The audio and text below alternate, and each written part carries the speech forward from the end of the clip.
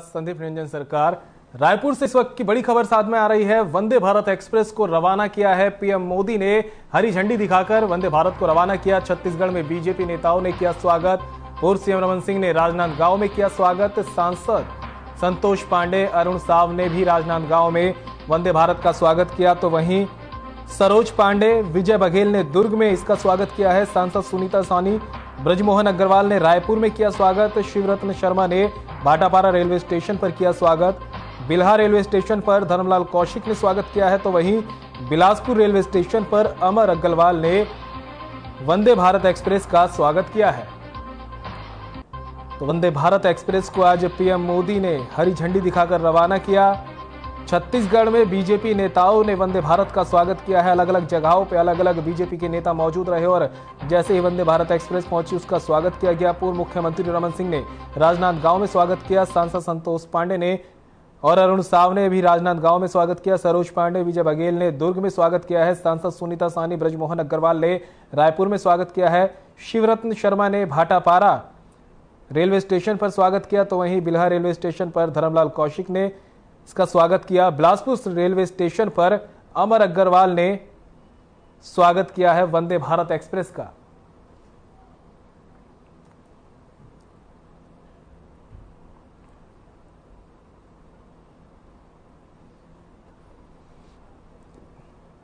तो पीएम मोदी ने आज जो है वंदे भारत एक्सप्रेस को हरी झंडी दिखाकर रवाना किया।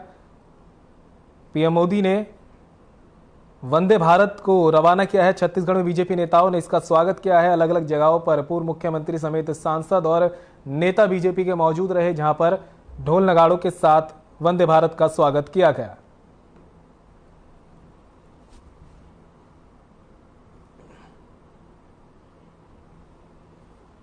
तो वहीं पीएम मोदी ने नागपुर से कई परियोजनाओं का शिलान्यास और उद्घाटन किया है। बता दें कि पीएम मोदी ने नागपुर बिलासपुर वंदे भारत एक्सप्रेस को हरी झंडी दिखाकर रवाना भी किया।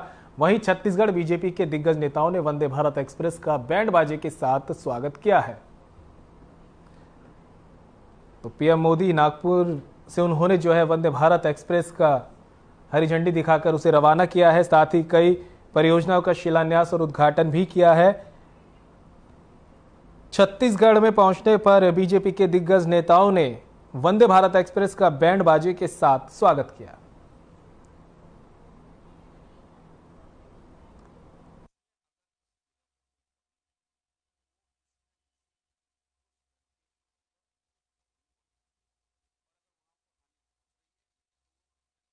कई परियोजनाओं का शिलान्यास और उद्घाटन किया। इसी के साथ पीएम मोदी ने वंदे भारत एक्सप्रेस को भी रवाना किया। ये वंदे भारत एक्सप्रेस इस फेज में नागपुर और बिलासपुर के लिए रवाना की गई है। तस्वीरें आप देख सकते हैं कि जहां छत्तीसगढ़ में बीजेपी के नेताओं ने बैंड बाजे के साथ वंदे भारत का स्वागत किया।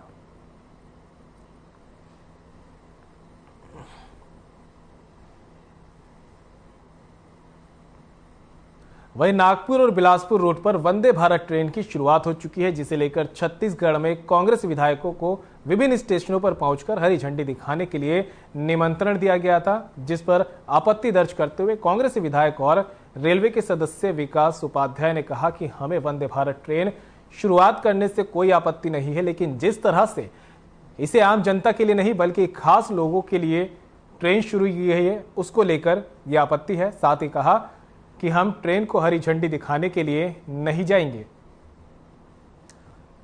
तो एक तरफ जहां पीएम मोदी ने नागपुर बिलासपुर रोड पर वंदे भारत को हरी झंडी दिखाई, एक तरफ तो बीजेपी के तमाम दिग्गज नेताओं ने अलग अलग रेलवे स्टेशन पर पहुंचकर वंदे भारत एक्सप्रेस का स्वागत किया, तो वहीं दूसरी तरफ कांग्रेस ने वंदे भारत एक्सप्रेस को लेकर आपत्ति दर्ज कराई है।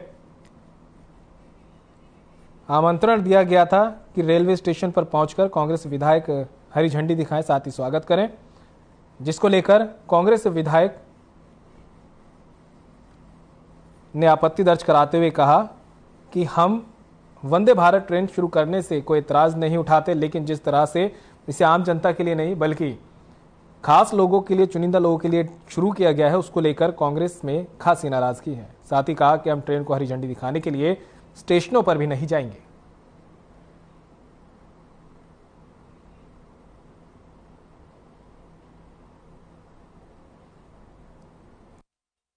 देखिए, वंदे भारत ट्रेन की शुरुआत छत्तीसगढ़ के लिए की गई, नागपुर से बिलासपुर तक की ट्रेन चलेगी। शुभकामनाएं और बधाई। लेकिन जिस प्रकार से इस ट्रेन को सिर्फ खास आदमी के लिए बनाया गया है, आम लोग इसमें सफर नहीं कर सकते, क्योंकि इसका किराया दर बहुत महंगा है।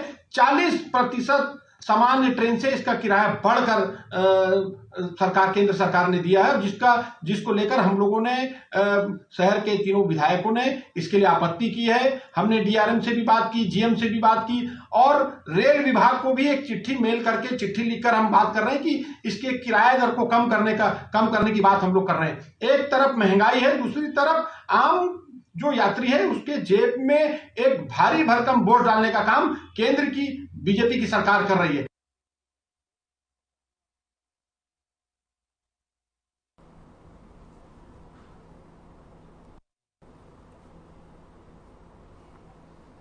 रामपुर कोरबा से बीजेपी विधायक और पूर्व गृह मंत्री ननकीराम कंवर ने कोरबा के लोगों की समस्याओं को लेकर प्रभारी मंत्री डॉक्टर प्रेम साय सिंह टेकाम से मुलाकात की।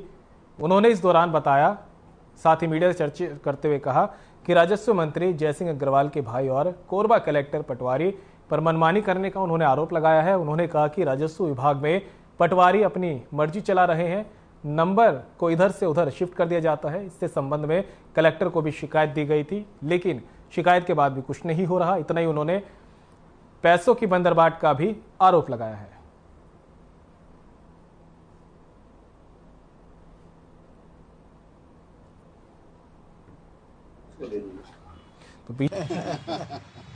सबसे बड़ी समस्या तो यह है कि वहाँ हर प्रकार की समस्या है। एक तो राजस्व विभाग की समस्या है। राजस्व विभाग में जो पटवारी जैसा चाह रहा है, नंबर को बदल देता है, नंबर को इधर को उधर शिफ्ट कर देता है। और आपको ताजुब होगा, उसके संबंध में हमने कलेक्टर को भी मिला है। और कल एक स्पॉट में नेशनल हाईवे में वो जो प्रकाशन हुआ है, अलाइनमेंट बना है, उसको भी चेंज कर दिया।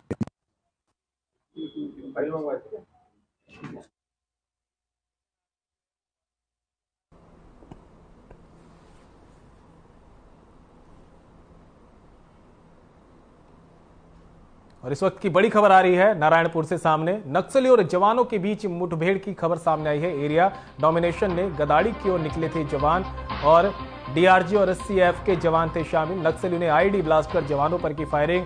जवानों ने भी नक्सलियों पर जवाबी फायरिंग की, तो वहीं पुलिस को भारी पड़ता देख जंगल में भागे नक्सली।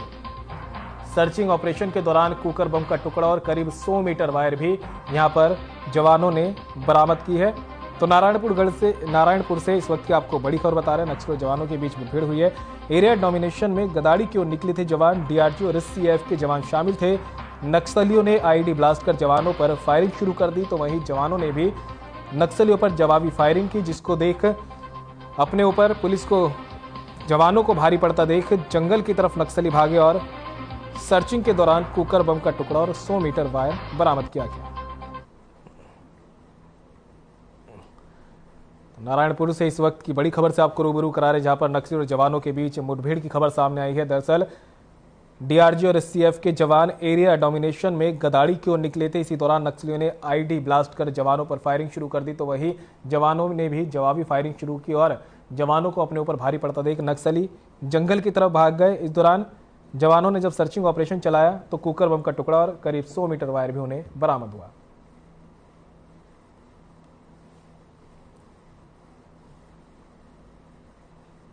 खबर कांकेर से है। भारतीय जनता पार्टी के पूर्व प्रदेश अध्यक्ष विक्रम उसेंडी और जिला अध्यक्ष सतीश लाठिया मटोली गांव पहुंचे। इस दौरान वहां कार्यकर्ताओं से मुलाकात की। पूर्व प्रदेश अध्यक्ष और जिला अध्यक्ष ने कार्यकर्ताओं के साथ बैठक भी की। नेताओं ने केंद्र सरकार की ओर से चलाई जा रही योजनाओं के बारे में जानकारी दी और राज्य सरकार की विफलताओं के बारे में कार्यकर्ताओं को अवगत भी कराया। संगठन को संगठित करने के लिए बूथ लेवल के कार्यकर्ताओं को संगठित कर संगठन मंत्र दिया गया। इस अवसर पर नेताओं ने कार्यकर्ताओं के घर घर जाकर मुलाकात की और आगामी चुनाव में सक्रियता को लेकर गुजारिश भी की।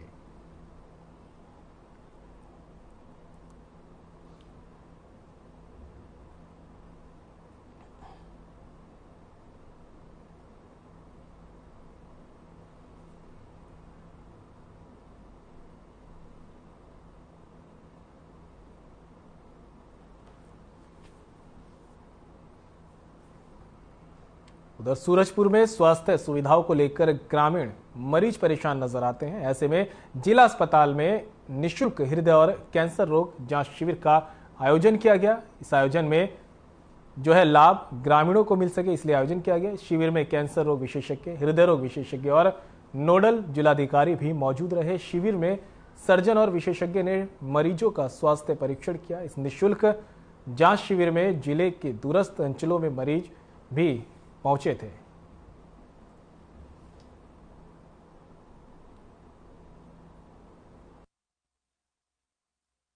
रामकृष्ण केयर हॉस्पिटल और जिला अस्पताल सूरजपुर का जॉइंट कोऑपरेशन से आज हमने यहाँ पे कैंसर का एक कैंप रखा है, जिसमें हम लोग कैंसर के लक्षण के बारे में लोगों को अवेयरनेस फैला रहे हैं और लोगों को जो भी उनके कैंसर के सिम्टम्स हैं उनको देख के उनकी जांच कर रहे हैं। कुछ कैंसर के मरीज हैं जो ऑलरेडी ऑपरेशन हो चुका है, इलाज हो चुका है, उनका फॉलोअप हम लोग देख रहे हैं।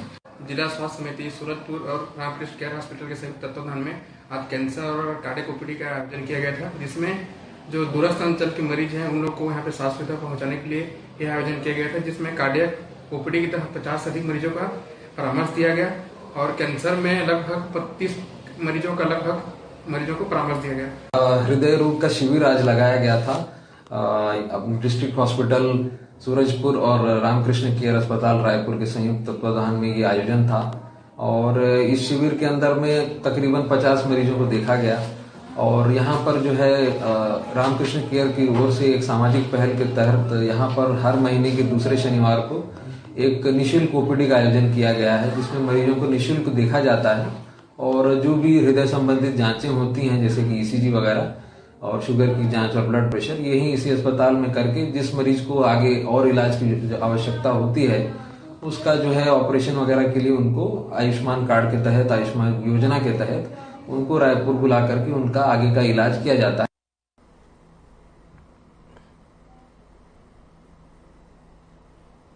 रायपुर से इस वक्त की बड़ी खबर सामने आ रही है। मार्च में होंगी 10वीं 12वीं की बोर्ड परीक्षा। मार्च के पहले सप्ताह से परीक्षा शुरू हो जाएंगी। करीब 7 लाख छात्रों के शामिल होने का यहां पर अनुमान जताया जा रहा है।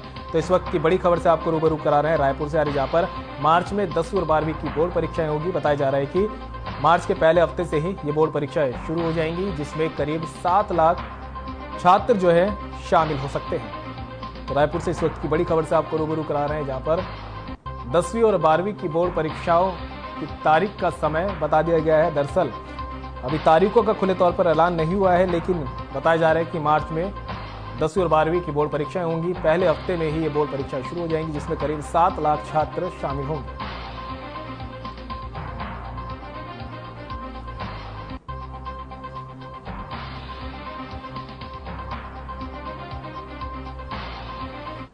उदयपुर सालेवारा खेरागढ़ विधायक यशोदा वर्मा ने विधायक बनने के बाद जनसंपर्क और भेंट मुलाकात के लिए 2 दिवसीय कार्यक्रम बनाकर सालेवारा क्षेत्र में कई गांवों का दौरा किया। इस दौरान ग्राम वासियों के विधायक के प्रथम आगमन पर राउत नाचा, कर्मा नृत्य किया और गाजे बाजे के साथ पटाखे फोड़कर विधायक का स्वागत किया गया। इस दौरान विधायक ने दौरे के पहले दिन ग्राम सड़क अतरिया में वॉलीबॉल स्पर्धा के समापन कार्यक्रम में शिरकत की और नर्मदा में ब्लॉक स्तरीय युवा महोत्सव कार्यक्रम का शुभारंभ किया। साथ ही वनांचल क्षेत्र के दौरे में ग्राम कोसमर्रा में शामिल होकर 5.5 लाख रुपए से सीसी रोड, 5.5 रुपए से नाली निर्माण, रामपुर में 30 लाख की सीसी रोड निर्माण और 3 लाख बाजार शेड निर्माण, कोपरो में शहीद वीर नारायण आदिवासी भवन निर्माण के लिए 5 लाख, सीसी रोड निर्माण के लिए 3 लाख, ग्राम पंचायत चोबर में ओटेगढ़ बाबा मंदिर में सीढ़ी निर्माण के लिए 3 लाख, सीसी रोड निर्माण के लिए 3 लाख, गरीबों और निशक्त जनों को मुख्यमंत्री स्वेच्छा अनुदान से सहायता प्रदान करने की घोषणा की है। रात में विश्राम गृह सालेवारा में स्थानीय जनप्रतिनिधियों से भेंट मुलाकात की और उनकी समस्याओं की जानकारी ली और समस्याओं को देखते हुए प्रशासनिक अधिकारियों को समस्याओं का तुरंत निराकरण करने के निर्देश दिए।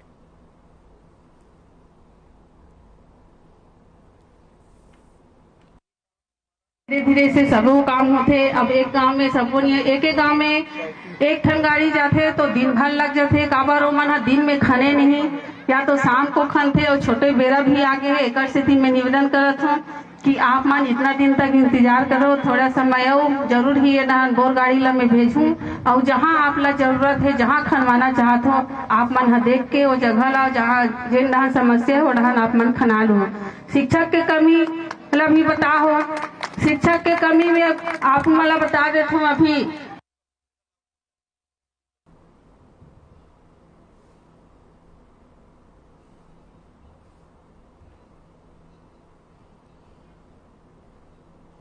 रायपुर से इस वक्त की बड़ी खबर सामने आ रही है। गोल बाजार में कॉपीराइट एक्ट के तहत कार्रवाई की गई है। 3 दुकानों के खिलाफ मामला दर्ज किया गया है। तो रायपुर से इस वक्त की बड़ी खबर आपको बता रहे हैं। 1,38,000 का सामान भी जब्त किया गया। पुलिस ने 73 बॉक्स टोनर इंक जब्त की है। तो रायपुर से इस वक्त की आपको बड़ी खबर बता रहे हैं, जहां पर गोल बाजार में कॉपीराइट एक्ट के तहत कार्रवाई की गई है। 3 दुकानदारों के खिलाफ ये मामला दर्ज किया गया। साथ ही 1,38,000 का सामान भी जब्त किया। तो वहीं पुलिस ने 73 बॉक्स टोनर इंक जब्त की है। रायपुर से इस वक्त की बड़ी खबर सामने आ रही है, जहां पर गोल बाजार में कॉपीराइट एक्ट के तहत कार्रवाई की गई है। 3 दुकानों के खिलाफ मामला दर्ज किया गया है। 1,38,000 का सामान जब्त किया गया। साथ ही पुलिस ने 73 बॉक्स टोनर इंक भी जब्त की है।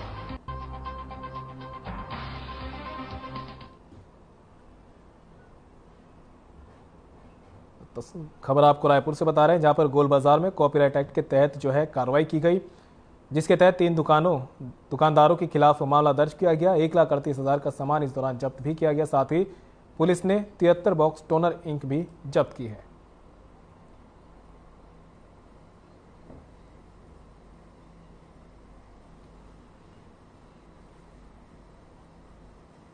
वहीं बीजापुर में पहली बार बस्तर क्षेत्र आदिवासी विकास प्राधिकरण की बैठक आयोजित की गई। बैठक में बस्तर में संचालित विकास कार्यों की समीक्षा करते हुए प्राधिकरण के अध्यक्ष लखेश्वर बघेल ने कहा कि प्राधिकरण द्वारा स्वीकृत सभी विकास कार्यों को समय पर पूरा करें, जिससे इनका लाभ स्थानीय जनता को मिल सके।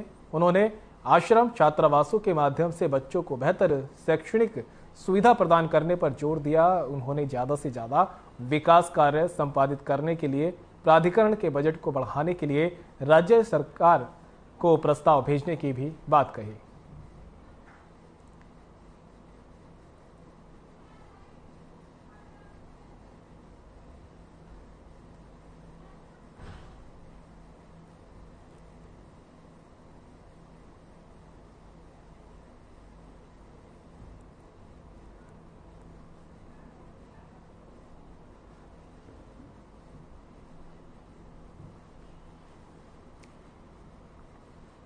रायपुर से इस वक्त की एक और बड़ी खबर सामने आ रही है। पीएम ग्राम सड़क योजना में काम की होगी समीक्षा। प्रदेश दौरे पर आएगा राष्ट्रीय गुणवत्ता समीक्षकों का दल। 8 जिलों में हो रहे कार्यों का करेंगे परीक्षण। 14 दिसंबर को दंतेवाड़ा, 20 दिसंबर को बस्तर जाएगा दल और 25 दिसंबर को रायगढ़ में सड़कों की गुणवत्ता की समीक्षा की जाएगी। तो रायपुर से इस वक्त की बड़ी खबर आपको बता दें, पीएम ग्राम सड़क योजना के काम की अब समीक्षा की जाएगी। प्रदेश दौरे पर आएगा राष्ट्रीय गुणवत्ता समीक्षकों का दल, जो 8 जिलों में हो रहे कार्यों का परीक्षण करेगा। 14 दिसंबर को दंतेवाड़ा और 20 दिसंबर को बस्तर में ये दल पहुंचेगा और काम का जायजा लेगा। तो वहीं 25 दिसंबर को रायगढ़ में सड़कों की गुणवत्ता की समीक्षा भी की जाएगी।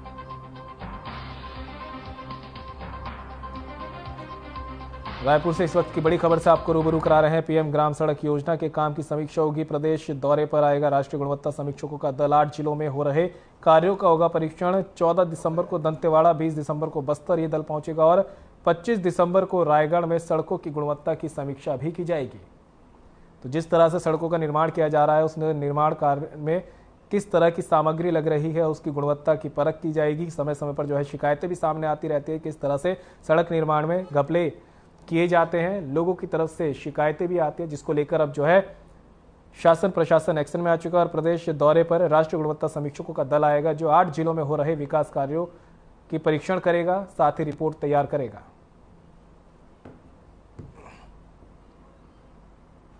दंतेवाड़ा के मारजूम में सड़क निर्माण का काम पूरा हो गया है। सड़क निर्माण करने वाले ठेकेदार को जल्द से जल्द निर्माण कार्य पूर्ण करने के निर्देश दिए गए थे। आजादी के बाद पहली बार मारजूम तक सड़क के माध्यम से एम्बुलेंस पहुंच पाई है। साथ ही लोगों को आवागमन में सुविधा हो रही है। आपको बता दें कि मारजूम का इलाका उग्रवादियों और नक्सलियों से घिरा हुआ है। साथ ही नक्सलियों ने कई बार सड़क निर्माण में बाधा डालने की कोशिश भी की थी, जिस वजह से सुरक्षा के लिए लगाए गए जवानों के लिए भी सड़क का काम पूरा होना खुशी की बात है, क्योंकि इस दौरान उनके सामने भी काफी चुनौती रही। तो वहीं सड़क बनने से चिकित्सक सेवा, शिक्षा, हाट बाजार और आवागमन के बेहतर साधन उपलब्ध हो पाएंगे, जिससे इलाकों के लोगों को शासन की योजनाओं का लाभ भी मिल सकेगा।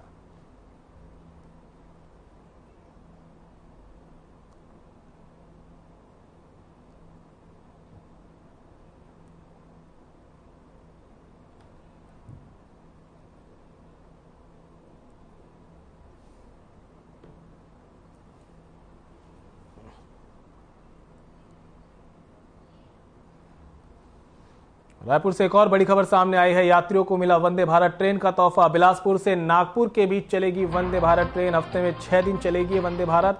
और रेलवे स्टेशन पर आई वंदे भारत एक्सप्रेस रायपुर रेल मंडल के अधिकारी रहे मौजूद। रायपुर से इस वक्त की बड़ी खबर आपको बता रहे हैं कि जहां पीएम मोदी ने वंदे भारत को हरी झंडी दिखाकर रवाना किया, जिसको लेकर अब यात्रियों को वंदे भारत ट्रेन का तोहफा जो है मिल चुका है। बिलासपुर से नागपुर के बीच ये वंदे भारत ट्रेन चलेगी और हफ्ते में 6 दिन ये वंदे भारत ट्रेन चलेगी। रेलवे स्टेशन पर वंदे भारत एक्सप्रेस रायपुर रेल मंडल के अधिकारी मौजूद रहे।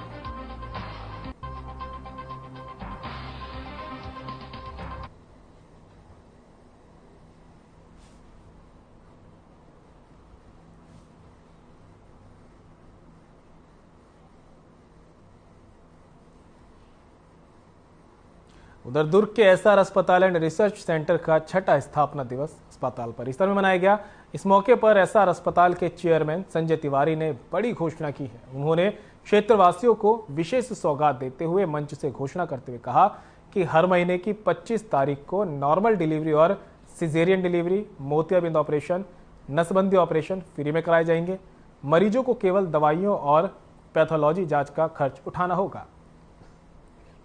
इस मौके पर दुर्ग एसपी डॉक्टर अभिषेक पल्लव और डॉक्टर जेपी मेश्राम भी मौजूद रहे।